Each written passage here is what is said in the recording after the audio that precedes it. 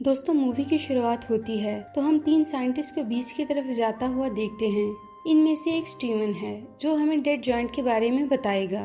एक दिन पहले इस समंदर में एक काफी बड़ा समुद्री तूफान आया था, जिसके बाद एक जॉइंट की डेड बॉडी बीच पर आ गई थी। फिशरमैन इसको देखकर काफी परेशान थे। वो पुलिस को इसके बारे में इन्फॉर्म करते हैं, लेकिन कोई भी इनकी बात पर यकीन नहीं करता। इसके बाद लोग बीच पर आना शुरू हो जाते हैं और इस जॉइंट के बारे में लोगों में तरह तरह की बातें होने लगती हैं। इसलिए साइंटिस्ट भी इस जॉइंट को देखने वहां आ जाते हैं। अब इस जॉइंट को अपनी आंखों से देखते हैं, जिसके बारे में वो काफी दफा सुन चुके थे। वहां बहुत सारे लोग इस जॉइंट को देखने आए हुए थे, लेकिन वो डरे हुए थे, इसलिए इनमें से कोई भी उसे टच नहीं कर रहा था। साइंटिस्ट अंदाजा लगाते हैं कि शायद इस जॉइंट का वेट 80 टन के करीब होगा। ये बहुत बड़ा था। स्टीवन कहता है कि मैंने सुना है कि जॉइंट की एज का अंदाजा लगाना बहुत मुश्किल होता है। स्टीवन इसके लिप्स और नोज को देखकर अंदाजा लगाता है कि ये एक यंग जॉइंट था।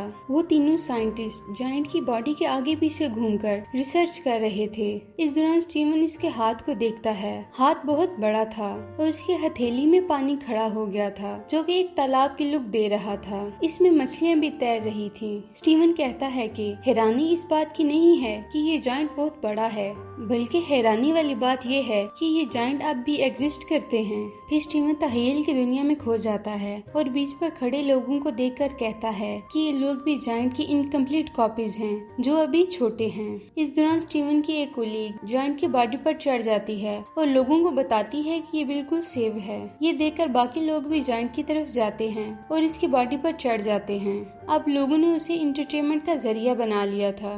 वो उसकी बॉडी पर चढ़कर घूम रहे थे, जंप कर रहे थे, लेकिन स्टीवन को ये सब अच्छा नहीं लगता। वो ना उसे टच करता है और ना ही इस पर चढ़ता है। स्टीवन के कुलीग इस जॉइंट के बारे में नोट्स बनाते हैं और अपनी रिसर्च को लिखते जाते हैं। वक्त गुजरने के साथ साथ हम देखते हैं कि जॉइंट को विजिट करने वाले लोगों की तादाद कम हो रही है।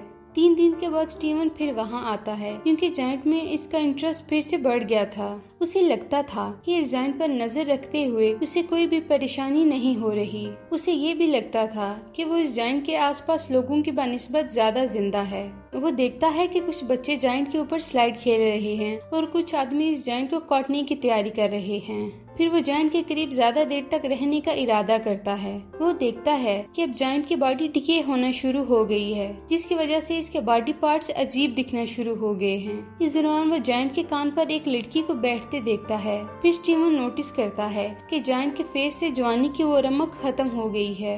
अब वो जवान नहीं दिख रहा। वो अंदाजा लगाता है कि समंदर में ज्यादा अरसा रहने की वजह से इसके टिश्यूज खराब हो गए हैं, जिसकी वजह से इसकी बॉडी जल्दी खराब हो रही है। फिर स्टीवन हिम्मत जुटाता है और इस जॉइंट की डेड बॉडी के ऊपर चढ़ जाता है। वो वहाँ से इसके एक बाजू को देखता है जो गल सड़ चुका था। वो मुख्तलिफ कीड़े और परिंदे इसकी बॉडी को खा रहे थे।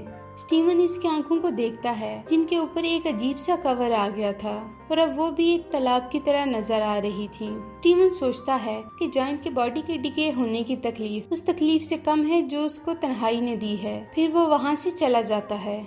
नेक्स्ट वो जब वहाँ आता है तो वो देखता है कि जॉइंट के बाजू और लेग्स डिके हो चुके हैं। वो देखता है कि कुछ इंसान इसके बॉडी की इंसल्ट कर रहे थे।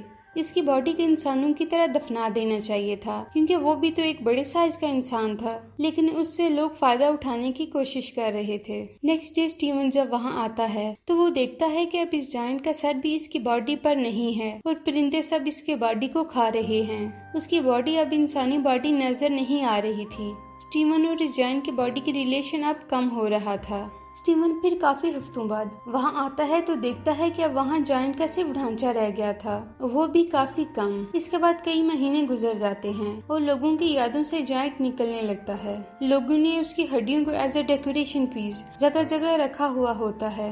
वो स्टीवन एक मैदान में जॉइंट की खोपड़ी भी देखता है। वो सोचता है कि अगर वो सिटी में गौर से देखे, उसकी नोज और कानों की हड्डियां भी मिल जाएंगी। स्टीवन को अपनी यादों से ज्यादा जॉइंट की हड्डियों की डेकोरेशन अच्छी लग रही होती है।